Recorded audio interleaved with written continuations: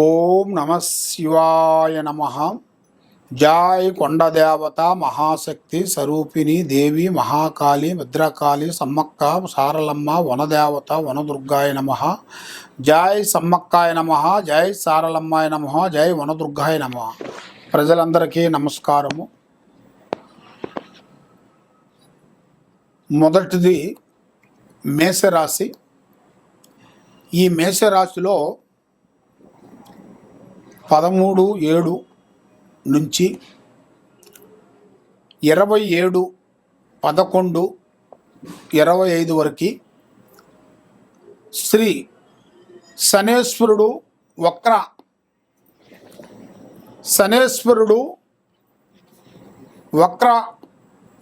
వక్రగతి ప్రారంభం అయింది. కాబట్టి మరి ఈ శనేశ్వరుడు వలన ఏ రాశులకి ఎలా ఉంటుంది, మరి ఏ రాశి వాళ్ళకి ఏ విధంగా ఫలితం రాబోతుంది అనేది ఇప్పుడు మనం చెప్పబోతున్నాం. కాబట్టి ఈ వక్రగతి ప్రారంభం వల్ల ఏమేమి జరుగుతుంది, ఏ రాశికి బలం ఉంటుంది, ఏ రాశి వాళ్ళకి బలం లేదు అనేది మనం ఇప్పుడు చెప్పబోతున్నాము. కాబట్టి మెయిన్గా మొదటి రాశి మేషరాశి. ఈ మేషరాశిలో ఉండవలసిన వాళ్ళకి అదృష్ట బలం, జీవిత బలం, స్థాన బలం అశ్విని నక్షత్రము 1, 2, 3, 4 పాదములు అనగా, భరణి నక్షత్రము 1, 2, 3, 4 పాదములు అనగా, కృతికా నక్షత్రము 1 పాదం అనగా కలిస్తేనే మకర రాశి ఫలితాలు. ఈ మకర రాశిలో ఆదాయములో 2, ఖర్చులో 14, రాజపూజిత 5, అవమానాలు 7. మరి ఈ రాశిలో ఉండవలసిన వాళ్ళకి గత సంవత్సరంలో కాకోకుండా ఇప్పుడు మంచి అదృష్ట గడియలు, రావు గడియలు, లక్ష్మీ గడియలు రాబోతున్నాయి. కాబట్టి ఈ రాశిలో ఉండవలసిన వాళ్ళందరికీ ఈ శని మహాదశ వలన వాళ్ళు చేయాల్సిన కార్యక్రమాలు చేతి కాడికి వస్తుంటాయి, ఉండి ఒక్కటేసారి పడిపోతుంటాయి. కానీ వాళ్ళు ఊహించరు. వాళ్ళు ఊహించే విధానం అనేది తెలవదు. ఫలాని టైంలో ఫలాని టయానికల్లా ఇలా అయిపోతుందా అనేది కూడా వాళ్ళకు కూడా తెలవదు. అది ఆటోమేటిక్గా వాళ్ళకి అది సంభవిస్తుంది. అది సంభవించిన కాడి నుంచి ఒకళ్ళ మాట ఒకరికి ఎన్నుకోకుండా, ఇంట్లో ప్రశాంతత లేకోకుండా, గొడవలు రావటం, సికాకులు రావటం, మనశ్శాంతి లేకోకుండా మానసికమైన కొన్ని ఇబ్బందులతో కొంచెం బాధపడుతుంటారు. మరి ఈ రాశిలో ఉండవలసిన వాళ్ళకి విద్యా రంగంలో చూసుకుంటే మంచి విద్య, మంచి ఆలోచన, మంచి విజయం రాబోతుంది. వాళ్ళకి కొంచెం విదేశాల ప్రయాణాలు కూడా మంచిగా విజయవంతమయ్యే మార్గాలు కూడా కొన్ని కనబడుతున్నాయి. మరి వ్యాపారదారులకి కొన్ని మార్పులు, కొన్ని చేంజెస్ రాబోతున్నాయి. మరి వ్యవసాయదారులకి కొన్ని కార్యక్రమాలలో కొన్ని పనులలో కొన్ని పెద్ద కార్యక్రమాలను కొన్ని పూర్తి చేయాల్సిన వాళ్ళు, ఆ రైతులందరికీ ఒక మంచి అవకాశం అనేది ఈ నెలలో వాళ్ళకి మంచి అద్భుతమైన విజయం అనేది రాబోతుంది. మరి ఏ కార్యక్రమైనా కానీ, ఏ పని అయినా కానీ వీళ్ళు తొందరపాటు వల్ల ఎన్నో విధానాలుగా దెబ్బతింటుంటారు. దానివలన మనశ్శాంతి ఉండకోకుండా మానసికంగా ఇబ్బంది పడుతూ టైం అనేది వాళ్ళకి కరెక్ట్గా అనుకూలం ఉండదు. చేతికాడకు వచ్చింది చేయి జారిపోవటం, చేతికాడకు వచ్చింది నోటికి అందుకోకుండా పోవటం, ఇలాంటి జాతక యోగం అనేది ఇలా జాతకంలో కనబడుతుంది. మరి ఇప్పుడు మెయిన్గా తెలుసుకోవాల్సిన విషయం ఏమిటంటే, ఈ సంవత్సరంలో వీళ్ళకి కొన్ని అవకాశాలు కొన్ని రాబోతున్నాయి. పెద్ద అవకాశాలు, పెద్ద పనులు, పెద్ద విజయం అనేది సాధించాల్సిన కళ అనేది ఇలా జాతకంలో కనబడుతుంది. కాబట్టి ఈ మేషరాశి వాళ్ళకి ఎక్కువగా నరదిష్టి ప్రయోగం ఎక్కువగా కనబడుతుంటుంది. ఎందువల్ల అంటే వీళ్ళు అందరితో మంచిగా ఉంటారు, అందరూ బాగుండాలి, దాంట్లో మనం ఉండాలి అనుకునే మనస్తత్వం కలిగిన వాళ్ళు, మంచి మనసు, మంచి ఆలోచన, మంచి తెలివితేటలు ఉండవలసిన వాళ్ళు ఏమవుతుందంటే వీళ్ళకి లేనిపోయిన సమస్యలు కొన్ని ఎదురవుతుంటాయి. దగ్గరికి వచ్చిన పనులు దూరం కావటం, విద్యారంగంలో కొంచెం బ్రేకు కావటం, నమ్మిన వాళ్ళు నమ్మక ద్రోహం జరగటం, మనశ్శాంతి లేకోకుండా ఉండటం, ఇలాంటి సంఘటనలు ఎన్నో విధానాలుగా కనబడుతున్నాయి. మరి ఆ లక్ష్మీ కళ అనేది వీళ్ళ చేతులు ఎక్కువగా నిలబడుకోకుండా ఉండటం, ఎవరు నమ్ముతారో వాళ్ళ నుంచి వీళ్ళకి చాలా ఎఫెక్ట్ రావటం, మరి కుటుంబంలో మనశ్శాంతి లేకోకుండా ఉండటం, ఇలాంటి సమస్యలతో సతమతం అయిపోతుంటారు. కాబట్టి ఇలా జాతక యోగంలో చూసుకుంటే ఒక స్త్రీ నుంచి అదృష్టం రాబోతుంది, ఒక స్త్రీ నుంచి జాతక యోగం మార్పు రాబోతుంది. చేయాల్సిన కార్యక్రమాలు కూడా పెద్ద కార్యక్రమాలు వీళ్ళు మొదలు పెట్టాల్సి ఉంది.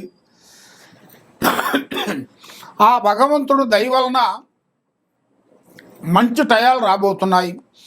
కాబట్టి వీళ్ళు చేయాల్సింది శని భగవాను పూజాబలం చేయాలి. శని భగవాను పూజాబలం చేసినట్టుగైతే వీళ్ళ మీద నుంచి దరిద్ర దోషం అనేది పోతుంది, శని దోషం అనేది పోతుంది, ఆ లక్ష్మి అనేది వీళ్ళ చేతిలో నిలబడుతుంది.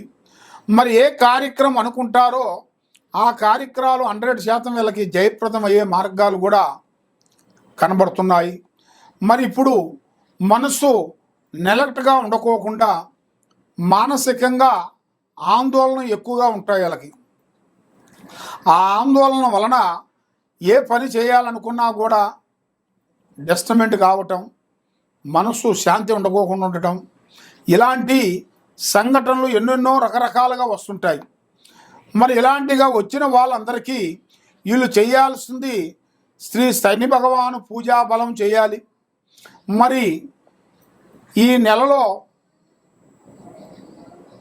ఈ శని మహాదశ ప్రారంభమైంది కాబట్టి మరి వీళ్ళు 11 వారాల పాటు లేదా 11 రోజులు శనేశ్వరుడు గుడికి వెళ్ళి శని భగవాను పూజా బలం చేసి నూనెతో అభిషేకం చేసినట్టుగైతే వీళ్ళ మీద ఉండాల్సిన అష్టదరిద్ర దోష నివారణ వెళ్ళిపోతుంది, మనసు శాంతిగా ఉంటుంది, చేసే కార్యక్రమాలు అభివృద్ధిగా ఉంటాయి.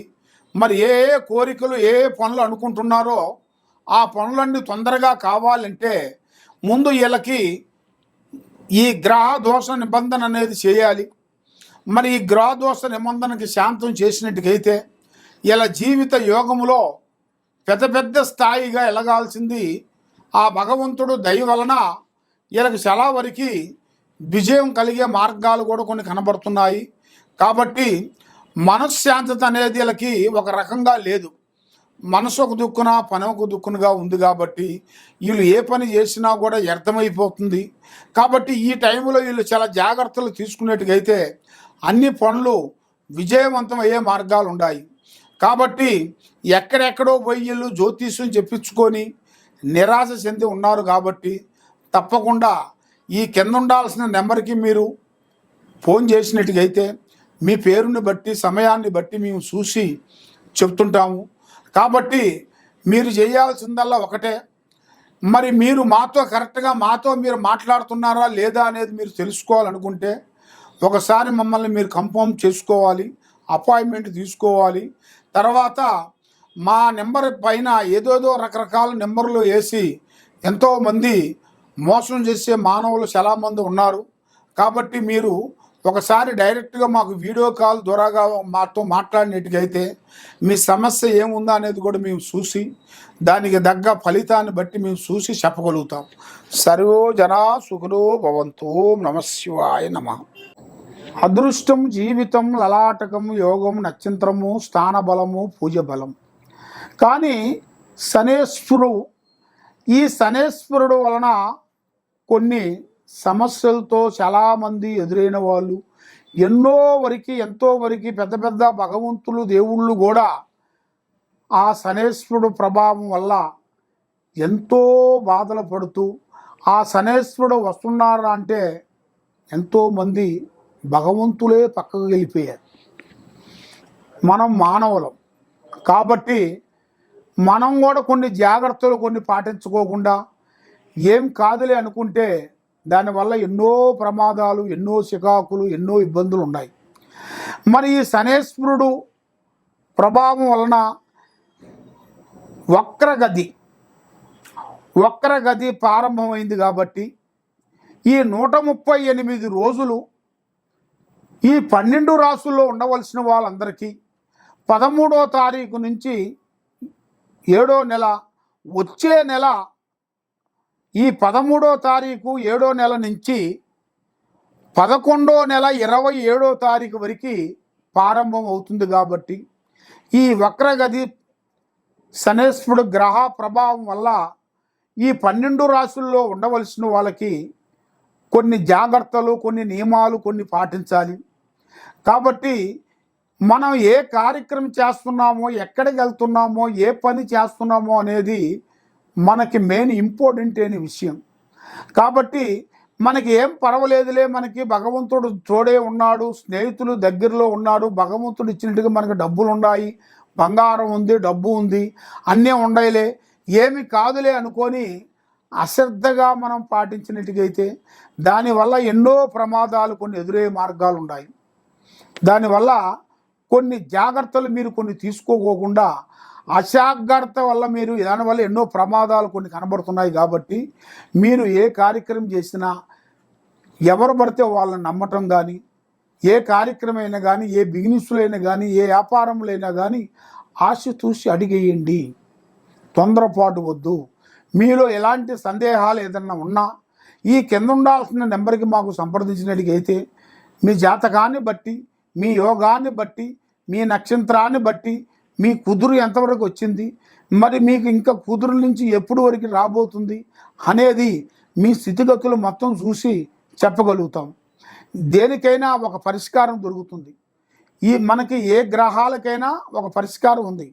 ఆ గ్రహాలని మనం దాన్ని పట్టుకొని దాని గురించి పూజా బలం వేసి, తమలపాకులు అంజనం వేసి మీ గురించి మేము చూసి, ఎలాంటి ప్రాబ్లం ఉన్నా కూడా చూసి, మీకు ఎలాంటి శాతపడి చేసిరా, ఎలాంటి బాణావతి చేసిరా, ఎలాంటి పూజ చేసిరా, మరి మీకు ఎందుకు ఇలా జరుగుతుంది, ఇంట్లో ఎందుకు భార్యాభర్తల మధ్యలో గొడవలు జరుగుతున్నాయి, ఎందుకు అన్నదమ్ముల మధ్యలో గొడవలు జరుగుతున్నాయి, ఎందుకు అక్కచెల్లెల మధ్యలో కొన్ని బాధలు జరుగుతున్నాయి, మరి మీ కోర్టు చుట్టూ ఎందుకు తిరుగుతున్నారు, పోలీస్ స్టేషన్ చుట్టూ ఎందుకు తిరుగుతున్నారు, మరి మీకు ఎందుకు ఇలా జరుగుతుంది అనేది మీకు చాలామందికి చాలా సందేహాలు ఉన్నాయి. కాబట్టి మమ్మల్ని ఒక్కసారి సంప్రదించినట్టుకైతే మీ కుటుంబాన్ని బట్టి, మీ జాతకాన్ని బట్టి, మీ నక్షత్రాన్ని బట్టి మేము గణిత చక్రం వేసేసి, పూజా బలం వేసి, తమలపాకులు అంజనం వేసి, మీకు ఎలాంటి సమస్య ఉన్నా కూడా మేము చూసి దానికి తగ్గ పరిష్కారం మేము చూసి చెప్పగలుగుతాం.